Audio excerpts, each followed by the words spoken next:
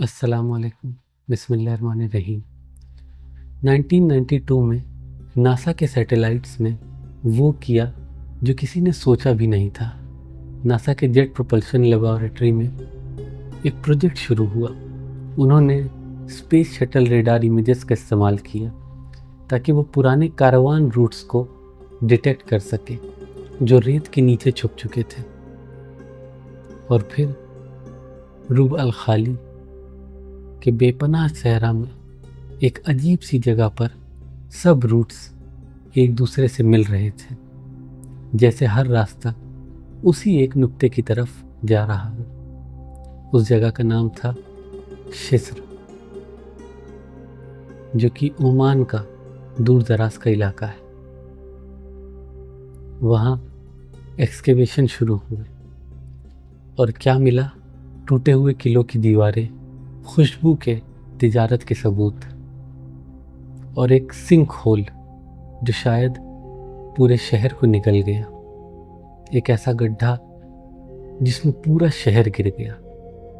لوگ کہنے لگے یہی تو ہے ارم، وہ شہر جس کو اللہ نے خود تباہ کیا۔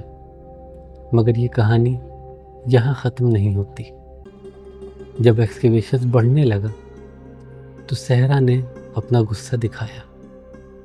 زوردار ریت کے طوفان آئے، راستے بند ہو گئے، مشینری فیل ہونے لگی، اور ایکسکیویشن پھر سے رک گئی۔ لوگوں نے کہا ارم خود کو صرف انہی لوگوں کو دکھاتا ہے جسے وہ چنتا ہے۔ پھر ریت نے اسے چھپا لیا۔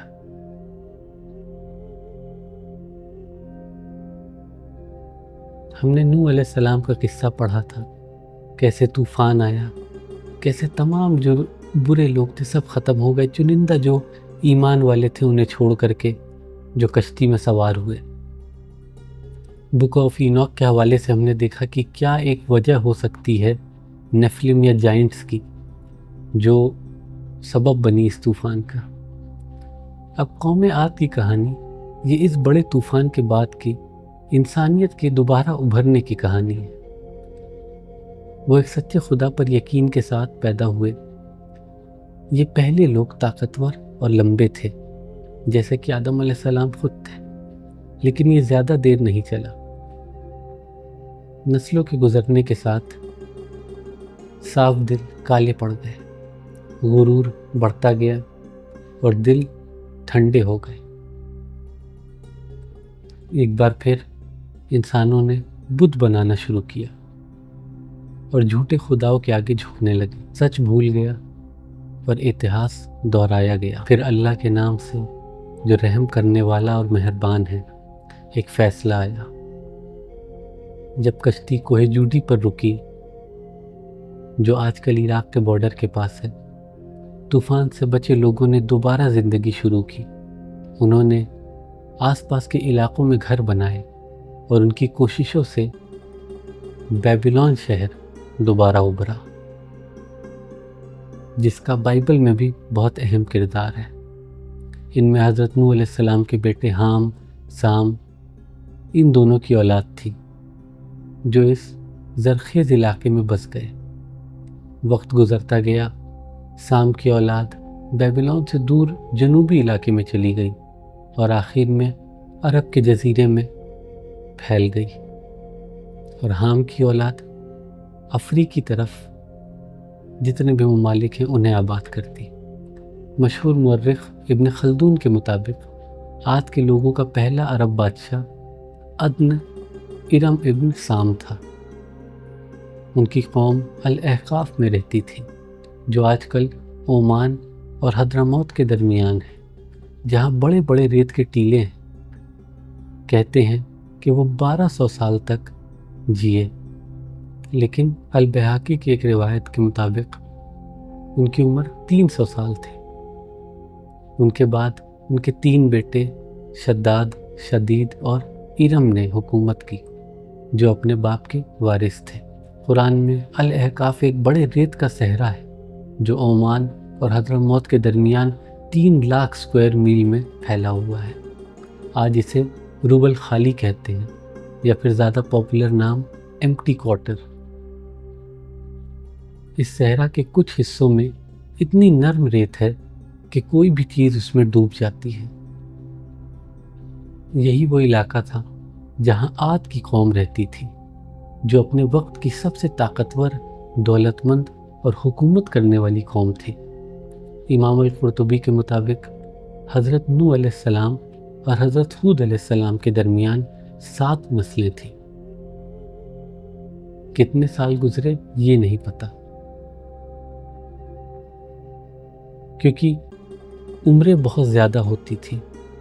ہو سکتا ہے کسی نسل کی عمر 100 ہو تو کسی کی 200، کسی کی 400، لیکن یہ پتہ ہے کہ اتنا لمبا وقت تھا کہ لوگ اللہ کی وحدانیت بھول گئے تھے۔ میں نے آپ کو پہلے بتایا تھا کہ نوح علیہ السلام کی قوم نے بھی بت بنائے، جیسا قرآن میں دیا ہے ود، سوا، یعوق، یغوث اور نصر، جو نام اللہ نے خود بتائے۔ اس کے علاوہ اور بھی بہت سارے بت تھے جو شیطان اور دوسرے بد روحوں سے بھی متاثر تھے۔ کشتی میں چڑھنے والے لوگ مومن تھے، لیکن طوفان کے بعد کی نسلوں نے وہی بت پرستی دوبارہ شروع کی اور اپنے پرخوں کے بت دوبارہ بنائے، جیسا کہ نوح علیہ السلام کے وقت پہ لوگوں نے شروع کیا تھا، یہی کہہ کے کہ یہ تو ہمارے بڑے لوگ ہیں، ان کی صرف تعظیم کے لیے ہم نے بنایا ہے، اور پھر شرک ہونے لگا۔ عاد کی قوم نے بھی یہی غلطی دہرائی۔ ان کے 3 بڑے بت تھے، صدا، ہیرود اور الہبا۔ عاد کی قوم 13 طاقتور قبیلوں میں بٹی تھی جو الاحقاف کے زرخیز ریت میں بسے۔ ان کے پاس باغ، دریا اور شاندار عمارتیں تھیں۔ ان کا علاقہ سب سے زرخیز تھا۔ امام القرطبی لکھتے ہیں کہ عاد کے لوگ لمبے اور طاقتور تھے۔ دوسری طرف ابن عباس رضی اللہ عنہ کے مطابق ان کا اوسط قد 100 ہاتھ لمبا تھا، جو آج کل کا 45 میٹر ہو جاتا ہے۔ بعد میں اللہ نے انسان کا قد 60 ہاتھ یعنی 27 میٹر تک کم کیا، جو آج بھی بہت بڑا ہے۔ وہب ابن منبہ نے ان کا بہت شاندار بیان کیا۔ انہوں نے کہا کہ ان کا سر ایک بڑے گنبد جیسا تھا۔ ان کی ایک نظر سے جنگلی جانور تک ڈر جاتے تھے، اور ان کی ناک بھی خوفناک تھی۔ ان کی طاقت ایسی تھی کہ وہ پورے درخت اپنے ہاتھوں سے اکھاڑ سکتے تھے۔ یہ طاقت انہیں اپنے پرکھوں سے ملی، اور اللہ نے اسے اور بڑھایا۔ یہ انہیں حضرت نوح کی قوم سے بھی زیادہ طاقتور بناتا تھا، کیونکہ حضرت نوح کی قوم طاقت میں کم، سرکشی میں زیادہ تھی، لیکن عاد کی قوم اپنی طاقت کو ہی اپنا ہنر بتا دی تھی۔ عاد کے لوگ صرف جسمانی طور پر طاقتور نہیں بلکہ بہت ہوشیار بھی تھے۔ انہوں نے ایک بڑا اور شاندار سلطنت کا نظام تیار کیا جس میں اونچی عمارتیں اور بڑے بڑے ستون تھے جو ہنر اور تکمیل کے ساتھ تراشے گئے تھے۔ قرآن میں اللہ ان کا ذکر کرتا ہے، ارم کے لوگ جن کے اونچے ستون والی عمارتیں تھیں، جیسا کوئی اور قوم نہیں بنا پائی، کوئی اور تمدن ان کے برابر نہیں تھا۔ ان کی عمارتیں آسمان کو چھوتی تھیں اور وہ اپنی خوبصورتی پر فخر کرتے تھے۔ ان کے علاقے زرخیز تھے، ہرے بھرے اور ہر چیز سے بھرے ہوئے، لیکن شکر کرنے کے بجائے وہ مغرور ہو گئے۔ انہوں نے اپنی طاقت سے دوسروں پر ظلم کیا، مسافر لوٹے اور زمین میں فساد پھیلایا۔ اتنا کچھ ہونے کے بعد پھر اللہ نے اپنی رحمت سے ان کے لیے ایک نبی بھیجا، حضرت ہود علیہ السلام، جو انہی کے لوگوں میں سے تھے۔ ابن مسعود رضی اللہ عنہ کے مطابق حضرت ہود طاقتور اور شاندار شخصیت کے مالک تھے۔ وہ ایک اچھی فیملی سے بلانگ کرتے تھے، ایک ریسپیکٹڈ خاندان تھا، اور حضرت ہود علیہ السلام دعوت کا کام کرنے اپنے لوگوں کے بیچ آتے ہیں۔ کعب بن احبار نے کہا کہ وہ حضرت آدم علیہ السلام سے سب سے زیادہ ملتے جلتے تھے۔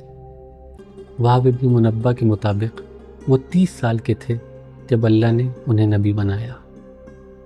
انہوں نے اپنی قوم سے کہا، اے میری قوم، صرف اللہ کی عبادت کرو، تمہارا کوئی اور الہ نہیں، کیا تم ڈرتے نہیں؟ یہ وہی بات ہے جو نوح علیہ السلام نے اپنی قوم سے کہی۔ اب آگے ان کی نسل سے ان کے بیٹے ایک ہود علیہ السلام یہی چیز دہراتے ہیں اپنے لوگ، لیکن ان کے مغرور سرداروں نے ان کا مذاق اڑایا اور کہا، ہم آپ کو پاگل سمجھتے ہیں اور لگتا ہے کہ آپ جھوٹے بھی ہیں۔ حضرت ہود علیہ السلام نے جواب دیا، اے میری قوم، میں پاگل نہیں، میں تمہارے رب کا پیغمبر ہوں، میں تمہیں اپنے رب کے پیغام دیتا ہوں اور تمہارا سچا مشیر ہوں۔ کیا یہ عجیب ہے کہ تمہارے رب کا پیغام تم میں سے ایک انسان کے ذریعے آیا؟ یاد کرو کہ اللہ نے تمہیں نوح کی قوم کے بعد وارث بنایا اور تمہیں طاقت دی۔ اللہ کی نعمتوں کو یاد کرو تاکہ تم کامیاب ہو۔ یہ بہت بڑی چیز تھی کہ نوح علیہ السلام کے طوفان میں جب سب ختم ہو گئے تو کچھ چنندہ لوگ بچے اور ان میں سے پھر آپ آئے ہیں۔ یعنی یہ بہت ایکسٹراڈنری چیز ہے کہ آپ کی قسمت ہے یہ کہ اللہ نے آپ کو اتنا بڑا ایک عہدہ دیا۔ لیکن ان کی قوم نے کہا، کیا تم ہمیں صرف اللہ کی عبادت کرنے کے لیے کہنے آئے ہو اور ہم اپنے پرخوں کے خداؤں کو چھوڑ دیں؟ تم کوئی واضح نشانی نہیں لائے؟ ہم تمہارے کہنے پر اپنے خداؤں کو نہیں چھوڑیں گے۔ ہم تم پر یقین نہیں کرتے، ہم سوچتے ہیں کہ ہمارے خداؤں نے تمہیں پاگل کر دیا۔ یعنی ان کا کہنا یہ تھا کہ آپ جو ہمارے خداؤں کے بارے میں ایسی باتیں کر رہے ہیں ان کا شراپ لگا ہے آپ کو، جو آپ ایسی باتیں کر رہے ہیں، آپ پاگل ہو گئے۔ نعوذ باللہ۔ حضرت ہود علیہ السلام نے کہا، کیا تم ہر اونچی جگہ پر عمارتیں بناتے ہو بس دکھاوے کے لیے؟ کیا تم قلعے اور محل بناتے ہو جیسے ہمیشہ جیو گے؟ جب تم کسی پر ہاتھ اٹھاتے ہو تو ایسے ظلم کرتے ہو جیسے تمہارا حق ہے۔ اللہ سے ڈرو اور میری بات مانو، اس سے ڈرو جس نے تمہیں ہر چیز دی، جانور، بچے، باغ، جھرنے۔ میں تمہارے لیے سخت سزا کے دن سے ڈراتا ہوں۔ انہوں نے پھر جواب دیا کہ یہ سب ہمارے پرخوں کا دین ہے اور ہم نہیں مانتے کہ ہمیں کوئی سزا ملے گی۔ اگر تم سچے ہو تو وہ سزا لاؤ جو تم دھمکی دیتے ہو۔ جیسا کہ سیم چیز اللہ کے نبی سے لوگ کہتے تھے، رسول اللہ صلی اللہ علیہ وسلم سے۔ ہود علیہ السلام نے کہا، میں اللہ کو گواہ مانتا ہوں اور تم بھی گواہی دو کہ میں اس سے بیزار ہوں جو تم اللہ کے ساتھ شرک کرتے ہو۔ جاؤ اپنی ساری تدبیریں کر لو اور دیر نہ کرو۔ میں اللہ پر بھروسہ کرتا ہوں جو میرا اور تمہارا رب ہے۔ تمہارے رب نے تم پر سزا لکھ دی ہے۔ تم مجھ سے جھوٹے نام اور خداؤں کے بارے میں بحث کرتے ہو جن کے لیے اللہ نے کوئی سند نہیں بھیجی۔ انتظار کرو، میں بھی تمہارے ساتھ انتظار کرتا ہوں۔ جب قوم نے حضرت ہود علیہ السلام کو ٹھکرایا اور ان کا مذاق اڑایا تو اللہ نے ان پر بارش بند کر دی۔ سب سے پہلا عذاب یہ تھا، ان کے پانی کے جھرنے اور دریا سوکھ گئے، ان کے ہرے بھرے علاقے بنجر ہو گئے اور کھانا کم ہونے لگا۔ 3 سال تک سخت سوکھا رہا۔ حضرت ہود علیہ السلام نے پھر بھی اپنی قوم کو اللہ کی طرف بلایا اور کہا، اپنے رب کی طرف واپس آؤ، اس کی بات مانو اور وہ تم پر بارش بھیجے گا۔ لیکن وہ مغرور اور ضدی قوم تھی، انہوں نے ان کا پیغام دوبارہ ٹھکرا دیا۔ انہوں نے کعبے کے مقدس علاقے میں ایک وفد بھیجا تاکہ بارش کے لیے دعا کریں۔ اس وقت عاد کے رشتہ دار عمالقہ کعبے کے پاس رہتے تھے۔ ان کا سردار ابن بکر تھا جس کی ماں عاد کی قوم سے تھی۔ مسند احمد کی ایک روایت ہے کہ بنو تمیم کی ایک بوڑھی عورت رسول اللہ صلی اللہ علیہ وسلم سے ملنے کے لیے پریشان تھی۔ وہ مدینہ پہنچی، اس نے دیکھا کہ مسجد میں لوگ جمع تھے، کالے جھنڈے لہرائے جا رہے تھے اور حضرت بلال رسول اللہ صلی اللہ علیہ وسلم کے سامنے تلوار لیے کھڑے تھے۔ لوگوں نے بتایا کہ رسول اللہ صلی اللہ علیہ وسلم حضرت عمار بن یاسر رضی اللہ عنہ کی قیادت میں لشکر بھیج رہے ہیں۔ البکری جو کہ اس عورت کو لے کر آئے تھے اپنے ساتھ، انہوں نے رسول اللہ سے ملنے کی اجازت لی اور اپنی اور بنو تمیم کے درمیان کا مسئلہ بتایا۔ عورت کا ذکر کیا جو دروازے پر تھی۔ رسول اللہ نے اسے اندر بلایا۔ جب البکری نے مسئلہ دہرایا تو عورت ناراض ہوئی اور بولی، اگر تم ایسا کرو گے تو تمہارے لوگوں کے لیے کہاں پناہ ہوگی؟ البکری نے کہا، سبحان اللہ، میں تمہیں یہاں لایا اور یہ سلسلہ ایسا ہو گیا۔ اللہ مجھے عاد کے وقت جیسا بننے سے بچائے۔ رسول اللہ نے پوچھا، عاد کے وقت کا کیا ہوا؟ جواب دیا کہ جب عاد کی قوم پر سوکھا پڑا تو انہوں نے قیل ابن انس کو کعبہ بھیجا تاکہ بارش کے لیے دعا کرے۔ راستے میں وہ ابن بکر کے گھر رکا جہاں اس نے شراب پی اور 2 گانے والی لڑکیوں کا گانا سنا۔ وہ پورا 1 مہینہ وہاں رکا۔ آخر میں وہ مہرا کے پہاڑوں پر گیا، ہاتھ اٹھائے اور دعا کی، اے اللہ، تو جانتا ہے کہ میں یہاں بیمار کے علاج یا قید کو آزاد کرنے نہیں آیا، میں صرف عاد کے لوگوں کے لیے بارش مانگنے آیا ہوں۔ اس وقت کالے بادل ابھرے اور ایک آواز آئی، ایک چنو۔ اس نے سب سے کالا بادل چنا اور آواز نے کہا، تو نے راکھ اور تباہی والا بادل چنا، یہ عاد کے کسی بھی شخص کو نہیں چھوڑے گا۔ ہوا کے خزانے سے صرف اتنی ہوا آئی جتنی ایک انگوٹھی کے سوراخ سے گزر سکتی تھی، اور یہ کافی تھی کہ سب کو تباہ کر دے۔ ابن اسحاق کے مطابق جب عاد کے لوگوں پر سخت سوکھا پڑا تو انہوں نے 70 مردوں کا وفد بھیجا جو ابن بکر کے گھر رکے، جو کعبے کے مقدس علاقے کے باہر رہتا تھا۔ ابن بکر نے ان کا شاندار استقبال کیا کیونکہ وہ اس کے رشتہ دار تھے۔ وفد پورا 1 مہینہ وہاں رکا لیکن اپنا مقصد سے بھٹک گیا۔ ابن بکر کو فکر ہوئی اور اس نے اپنے گانے والی لڑکیوں سے ایک گانا گانے کو کہا جو وفد کو ان کے فرض کا یاد دلائے۔ وفد میں ایک شخص تھا جو چپکے سے حضرت ہود علیہ السلام کے پیغام پر یقین رکھتا تھا۔ اس نے وفد سے کہا، اللہ کی قسم، تمہاری دعاؤں سے بارش نہیں آئے گی، بارش تب آئے گی جب تم اپنے نبی کی بات مانو۔ اس نے کھلم کھلا حضرت ہود علیہ السلام کا ساتھ دیا، اس لیے اسے مکہ میں داخل ہونے سے روکا گیا۔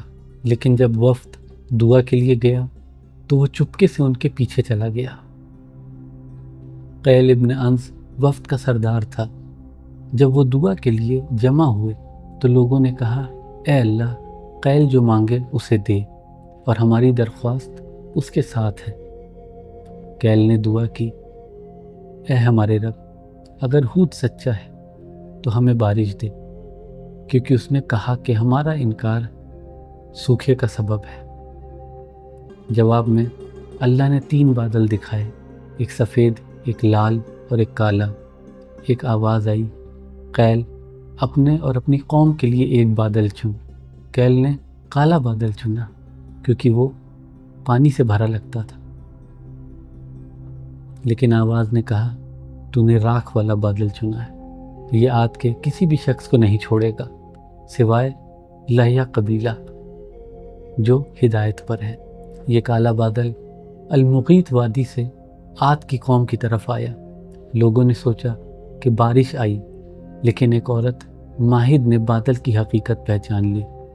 وہ ڈر کے چیخی اور بے ہوش ہو گئی۔ جب اسے ہوش آیا تو اس نے بتایا، میں نے ایک طوفان دیکھا جس میں آگ جیسی چیز تھی اور اس کے آگے مرد اسے چلا رہے تھے۔ یہ مرد فرشتے تھے جو طوفان کو لے کر آ رہے تھے۔ اللہ نے یہ طوفان عاد کے لوگوں پر بھیجا جو 7 راتوں اور 8 دن تک چلا۔ اس نے سب کچھ تباہ کیا۔ حضرت ہود علیہ السلام اور ان کے مومن لوگ ایک محفوظ علاقے میں تھے اور سزا ان تک نہیں پہنچی۔ طوفان نے ہر چیز کو چھیڑ دیا اور پتھروں سے نشان لگائے۔ جب طوفان پہلی بار وادی سے آیا تو 7 مردوں، جن میں قلی جان شامل تھا، اس نے کہا آؤ وادی کے کنارے پر کھڑے ہو کر ہوا کو روک دیں، لیکن ہوا نے انہیں اٹھایا اور زمین پر گرا گردن توڑ دی، جیسے اللہ نے کہا کہ جیسے کھجور کے کھوکھلے تنے۔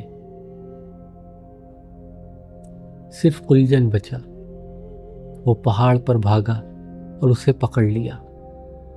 جب حضرت ہود نے سنا کہ وہ زندہ ہے تو اس کے پاس گئے اور کہا اسلام پہ آ جاؤ، تم محفوظ رہو گے۔ قلجن نے پوچھا اگر میں اسلام قبول کروں تو تیرا رب مجھے کیا دے گا؟ حضرت ہود علیہ السلام نے کہا وہ تجھے جنت دے گا۔ پھر قلجن نے پوچھا وہ بادلوں میں کون تھے؟ حضرت ہود نے کہا کہ وہ اللہ کے فرشتے تھے۔ پھر قلجن نے کہا کیا تیرا رب مجھے ان سے بچا سکتا ہے؟ حضرت ہود نے کہا کیا تو نے کسی بادشاہ کو اپنے سپاہی روکتے دیکھا ہے؟ یہ سن کر قلجن نے کہا اگر ایسا ہے تو میں اسلام قبول نہیں کروں گا۔ اسی وقت ایک تیز ہوا آئی اور اسے لے گئی۔ جب عاد کے لوگوں نے کالے بادل دیکھے تو انہوں نے کہا یہ تو ہمارے بارش کا موسم ہے، لیکن جب بادل پاس آئے تو انہوں نے اونٹوں اور مردوں کو ہوا میں الٹتے دیکھا۔ ڈر کے مارے وہ اپنے گھروں میں بھاگے، لیکن ہوا نے ان کے گھر بھی تباہ کر دیے اور انہیں کھلی زمین پر کھینچ لیا، جیسے کہ اللہ نے کہا ایک نامبارک دن پر۔ یہ سزا 7 راتوں اور 8 دن تک چلی اور سب کچھ اکھاڑ دیا جیسے کھجور کے کھوکھلے تنے۔ اللہ قرآن میں کہتا ہے اور عاد کے لوگوں کو ایک تیز سرد ہوا نے تباہ کیا۔ رسول اللہ صلی اللہ علیہ وسلم نے کہا کہ یہ ہوا مغرب سے آئی، ایک ٹھنڈی بے رحم ہوا تھی۔ الضحاک نے کہا کہ یہ اتنی ٹھنڈی تھی کہ یہ آگ کی طرح جلا دیتی تھی۔ رسول اللہ صلی اللہ علیہ وسلم نے یہ بھی کہا کہ اللہ نے ہر ہوا اور پانی کو ایک مقدار میں بھیجا سوائے عاد اور نوح کے دن کے، کیونکہ یہ تباہ کرنے کے لیے تھی تو اس کا کوئی حساب نہیں تھا۔ تفسیروں میں اس ہوا کی ٹھنڈک پر بہت زور دیا گیا۔ سائنس کے حساب سے یہ ایک کیٹابیٹک ہوا ہو سکتی ہے، ٹھنڈی خشک ہوا جو یمن کے اونچے علاقوں سے الاحقاف کے نیچے وادی میں اتری اور گرم صحرا ہوا سے ٹکرائی۔ جب ایسی ہوا ٹکراتی ہے تو تیز طوفان گھماؤ اور ریت سے بھرے طوفان بن جاتے ہیں، جنہیں آج حبوب کہتے ہیں۔ یہ طوفان دور سے بارش کے بادل لگتے ہیں لیکن قیامت کی شدت کے ساتھ آتے ہیں۔ 2005 میں سعودی عربیہ میں ایک بڑا ریت کا طوفان آیا جس نے شہروں کو ڈھک دیا اور دن میں اندھیرا کر دیا۔ 2015 میں ایران اور عراق میں ایک ریت کا طوفان 10 ملین کلومیٹر تک پھیلا جو خلا سے ڈھکا۔ 2012 میں عراق میں ایک طوفان نے گاؤں میں 1.5 میٹر ریت جمع کر دی، لیکن عاد کا طوفان ان سے بھی بڑا تھا۔ 7 راتوں اور 8 دن تک بنا رکے ریت اور ٹھنڈ کے ساتھ۔ قرآن اسے سرسار عطیہ کہتا ہے، ایک تیز ٹھنڈی ہوا۔ یہ ہوا صرف ہوا نہیں تھی بلکہ ریت کے ساتھ ایک ہتھیار تھی جو جسم کو نوچتی، گھر تباہ کرتی اور پہاڑ تک گرائنڈ کر کے گرا دیتی۔ روایت میں انگوٹھی کا سوراخ ایک مثال ہے جو بتاتا ہے کہ ہوا کو ایک تنگ راستے سے چھوڑا گیا جس نے اس کی شدت بڑھا دی، جیسے ٹورنیڈو یا مائکرو برسٹ۔ 2013 کے اوکلاہوما ٹورنیڈو 470 کلومیٹر پر آور کی رفتار سے آئے اور سب تباہ کر دیا، لیکن عاد کا طوفان اس سے بھی زیادہ سخت تھا۔ سورہ الفجر میں اللہ تعالیٰ کہتے ہیں کیا تو نے نہیں دیکھا کہ تیرے رب نے عاد کے لوگوں کے ساتھ کیا کیا، ارم کے جن کے اونچے ستون والی عمارتیں تھیں جیسا کوئی اور قوم نہیں بنائی۔ بہت سے علماء کہتے ہیں کہ یہ ارم ایک شاندار شہر تھا جس کا کوئی کمپیریزن نہیں تھا۔ یہ شہر شداد ابن عاد کے حکم سے بنا۔ کچھ علماء کہتے ہیں کہ ایک شخص عبداللہ ابن کلابہ اپنا کھویا ہوا اونٹ ڈھونڈنے نکلا عدن، جو کہ یمن کے صحرا میں ہے۔ اس نے ایک بڑے شہر کا نشان دیکھا جس کے چاروں طرف دیواریں تھیں، شاندار محل اور اونچے جھنڈے۔ اس نے سوچا کہ شاید یہاں پر کسی نے اس کا اونٹ دیکھا ہو، لیکن شہر خالی تھا۔ اس نے ایک بڑا دروازہ دیکھا جو لاجواب لکڑی اور یاقوت سے بنا تھا، یعنی کرسٹل سے۔ اندر اس نے سونے، چاندی اور موتی کے محل دیکھے جن کے ستون پر یاقوت اور زمرد یعنی جیڈ لگے ہوئے تھے۔ گلیوں میں باغ تھے، درختوں پر پھل اور نیچے دریا بہتے تھے۔ اس نے سوچا یہ اللہ کی جنت ہے۔ اس نے موتی اور مشک اٹھائے لیکن یاقوت اور زمرد نہیں نکال سکا۔ وہ یمن واپس گیا اور اپنی کہانی سنائی۔ یہ بات معاویہ رضی اللہ عنہ تک پہنچی۔ انہوں نے پوچھا کیا تو نے کسی کتاب میں ایسے شہر کا ذکر سنا جو سونے، چاندی، یاقوت اور زمرد سے بنا ہو؟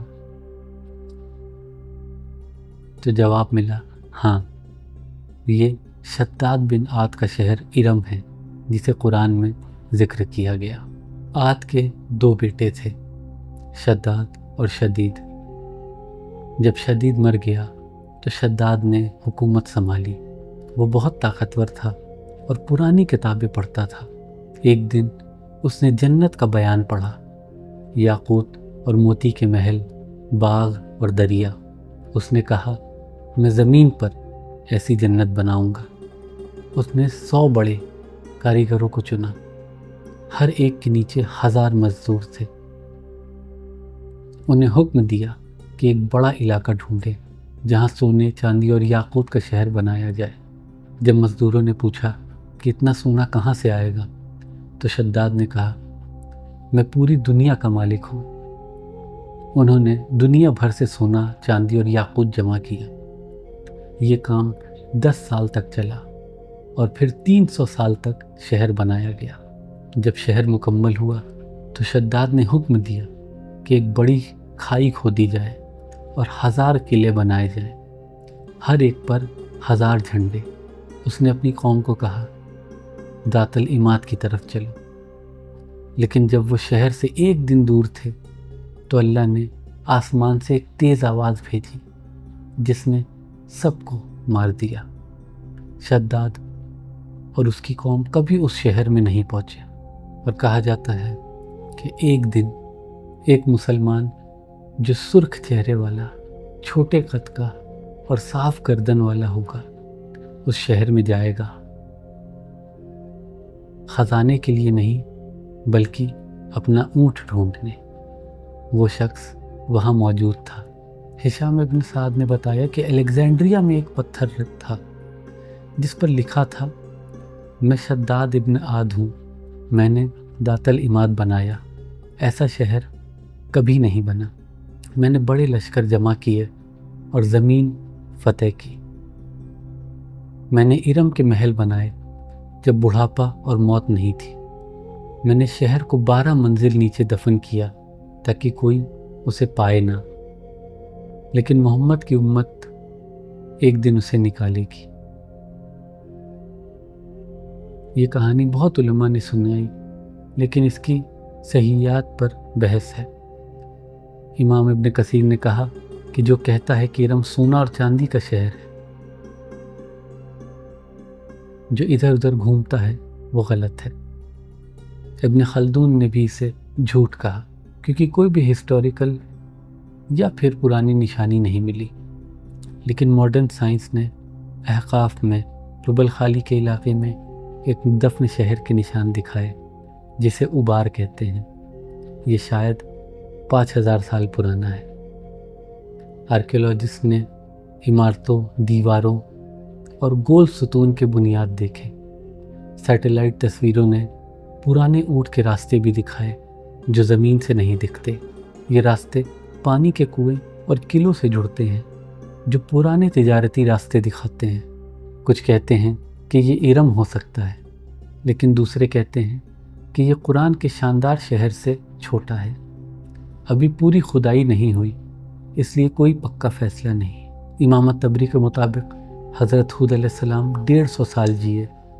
ان کے دفن کے بارے میں امام علی رضی اللہ عنہ نے حجامت کے ایک شخص سے کہا، تو نے شاید ایک سرخ مٹی کا ٹیلا دیکھا ہوگا جہاں جنگلی درخت جیسی بیری اور پیلو ہیں۔ وہ حجامت میں حضرت ہود علیہ السلام کا مقام ہے۔ وہ شخص حیران ہوا اور بولا، اے امیر المومنین، آپ نے اتنی تفصیل سے بتایا جیسے آپ نے خود دیکھا۔ امام علی نے کہا، میں نے اپنی آنکھوں سے نہیں دیکھا، لیکن مجھے صحیح روایت ملی ہے۔ اور ایک آخری چیز، ایک لڑکی جس کا نام ہے جسامہ، صدیوں بعد ایک اکیلی مسافر جسامہ بنت الحارث ربل خالی میں یا ایمٹی کوارٹر میں بھٹک رہی تھی، ریت کے طوفان سے پناہ مانگتے ہوئے، اور اس نے ایک عجیب سفید پتھر کا دروازہ دیکھا جو ریت کے ٹیلوں میں آدھا دبا ہوا تھا۔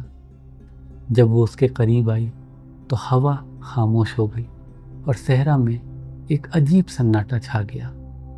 پھر اس نے دیکھا چمکتے برج، سونے کے گنبد، چاندنی میں چمکتے باغ، کھوئے ہوئے ارم کا شہر دوبارہ ظاہر ہو گیا۔